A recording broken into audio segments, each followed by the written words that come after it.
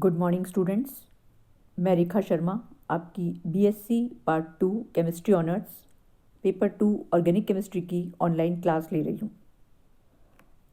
आज के इस लेक्चर में जिस टॉपिक को मैं डिस्कस करूँगी वो है क्रोटॉन एल्डिहाइड और मिथाइल विनाइल कीटोन के प्रिपरेशन मेथड्स और reactions.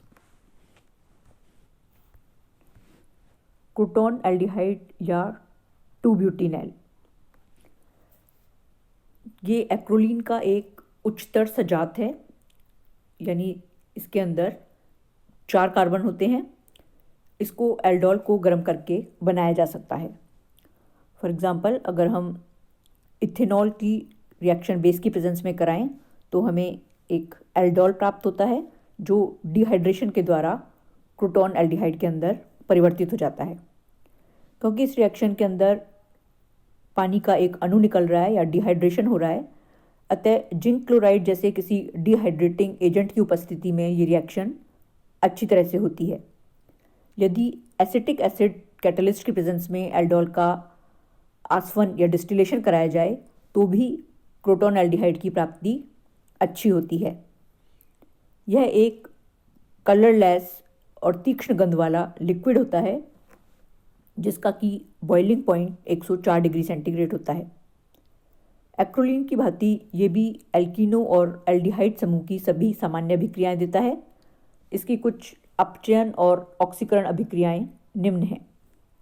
Reduction reactions of croton aldehyde.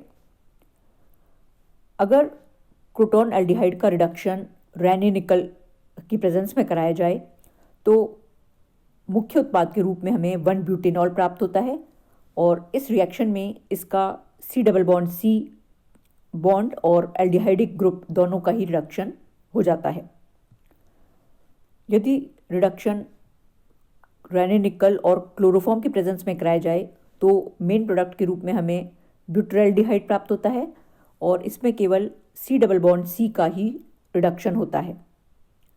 जो एल्डिहाइडिक ग्रुप है उसका रिडक्शन नहीं होता।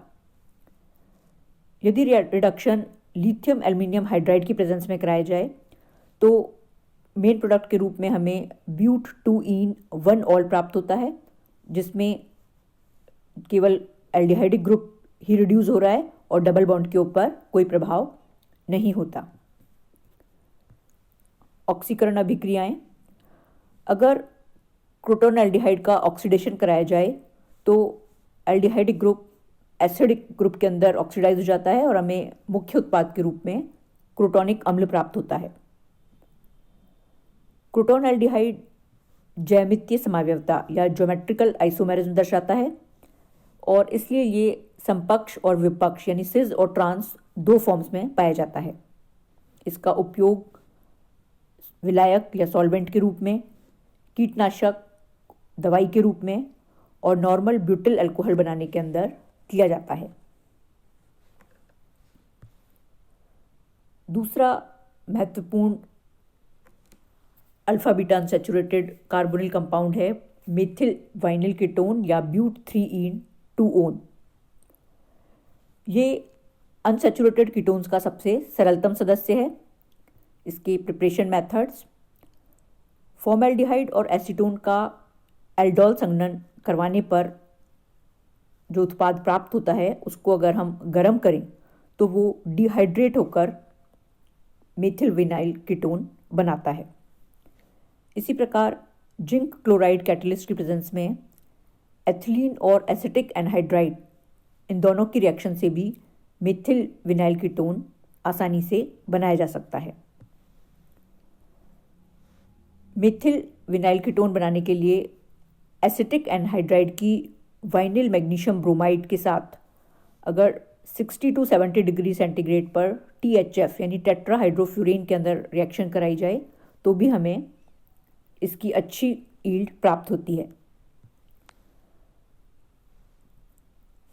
कमर्शियली मेथिल विनाइल कीटोन जो है वो एसिटिलीन का H2SO4 और HgSO4 यानी मरकरी सल्फेट की प्रेजेंस में अगर हाइड्रेशन कराया जाए तो एक जल का अणु ट्रिपल बॉन्ड पर जुड़ जाता है और हमें मेथिल विनाइल कीटोन प्राप्त होता है। इसकी प्रॉपर्टीज़, ये एक कलरलेस लिक्विड है जिसका कि बॉइलिंग पॉइंट 79 डिग्री सेंटीग्रेड होता है। ये C++ और C++ की समस्त सामान्य अभिक्रियाएं संपन्न करता है। इस पर हाइड्रोजन हैलाइड्स की एडिशन रिएक्शन मार्कोनिकॉफ नियम के विपरीत होती है। अगर हम मेथिल विनाइल कीटोन पर HBr की रिएक्शन कराएं तो हमें मुख्य उत्पाद के रूप में 4-ब्रोमो-2-ब्यूटेनॉन प्राप्त होता है। अगर हम इस रिएक्शन का मैकेनिज्म देखें तो इसमें सबसे पहले एसिड की प्रेजेंस में मेथिल विनाइल कीटोन के ऑक्सीजन का प्रोटोनेशन होता है और हमें एक कार्बोकैटायन 3 डिग्री कार्बोकैटायन प्राप्त होता है, जो एक अन्य 1 डिग्री कार्बोकैटायन के अंदर के साथ समावयवता दर्शाता है। और इन इंटरमीडिएट्स पर ब्रोमाइड आयन की रिएक्शन से हमें मुख्य उत्पाद के रूप में जो है 4-ब्रोमो कीटोन मुख्य उत्पाद के रूप में प्राप्त होता है। Thank you.